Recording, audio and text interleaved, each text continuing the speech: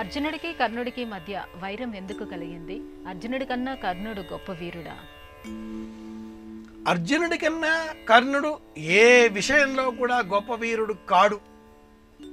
ఎందుకని అంటే సామాన్యంగా ఎవరైతే బలహీనంగా ఉంటారో అలా బలహీనంగా ఉన్న వారి పట్ల సమాజం అటువైపు మొగ్గు చూపి ఇతడు ఏ విధంగానైనా గెలిస్తే బాగుండు అనేటట్లుగా సానుభూతితో మాట్లాడుతుంది ఈ లోకం. కృష్ణుడు సహాయం ఉన్న కారణం చేత అర్జునుడు పరాక్రమవంతుడయ్యాడు అని కూడా పలువురు అంటూ ఉంటారు. అది కాదు. అర్జునుడు గొప్ప వీరుడు.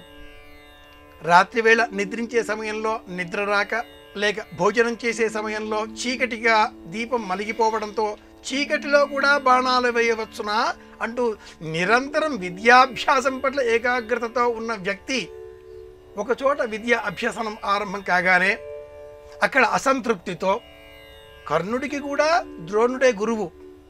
కర్ణుడికి, అర్జునుడికి, అశ్వత్థామకు, దృష్టద్యుమ్నుడికి, ఏకలవ్యుడికి, అనేకులకు కురుపాండవులు అందరికీ కూడా ద్రోణాచార్యుడే గురువు. భీముడు గదాయుద్ధ నిపుణుడు, కానీ భీముడికి అస్త్ర విద్య కూడా వచ్చు, బాణాలు వేయడం కూడా వచ్చు. ధర్మరాజు కూడా బాణాలు వేస్తాడు. అందరికీ అన్ని విద్యల్లో ప్రవేశం ఉంది. కాకపోతే కాస్త ప్రత్యేకత ఆయా గదాయుద్ధాలు కానీ మరొకటి కానీ. ప్రాథమికంగా అందరూ కూడా అస్త్ర విద్యా నిపుణులే.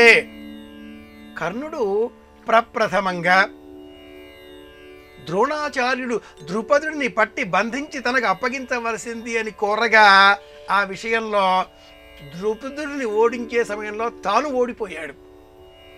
అలాగే పాంచాలి మత్స్యంత్ర భేదం, ఆ సందర్భంలో కూడా బ్రాహ్మణ వేషంలో ఉన్న అర్జునుడు మత్స్యంత్రాన్ని భేదించగా కర్ణుడు ప్రయత్నించి విఫలుడయ్యాడు. అనేక ఇతర సందర్భాలలో కూడా ఘోషయాత్రలో ఓడిపోయాడు. ఉత్తర గోగ్రహణ సమయంలో అర్జునుడి చేతిలో కర్ణుడు ఓడిపోతే అశ్వత్థామ కాపాడాడు. ఆఖరికి మహాయుద్ధంలో 18 రోజుల మహాభారత యుద్ధంలో కూడా భీమసేనుడి చేతిలో కూడా ఓడిపోయాడు. అభిమన్యుడి చేతిలో కూడా ఓడిపోయాడు. అశ్వత్థామ కాపాడాడు ఈ కర్ణుడిని. కనుక కర్ణుడి కంటే అర్జునుడు ఎప్పుడూ గొప్ప విలువిద్యా నిపుణుడే. నిరంతరం తర్వాత ఏమిటి నేర్చుకుందామా అనే జిజ్ఞాస అర్జునుడిది.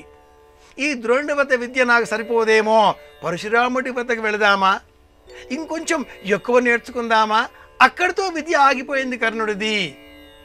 కానీ అర్జునుడిది నిరంతరం. యుద్ధరంగంలో కూడా కృష్ణుడు చెప్పిన బోధ, శివారాధన, దుర్గాదేవి ఆరాధన, అర్జునుడు నిరంతరం నేర్చుకునే ఉత్సాహంలో ఉన్నవాడు. కాబట్టి అర్జునుడే గొప్ప వీరుడు అని చెప్పాలి.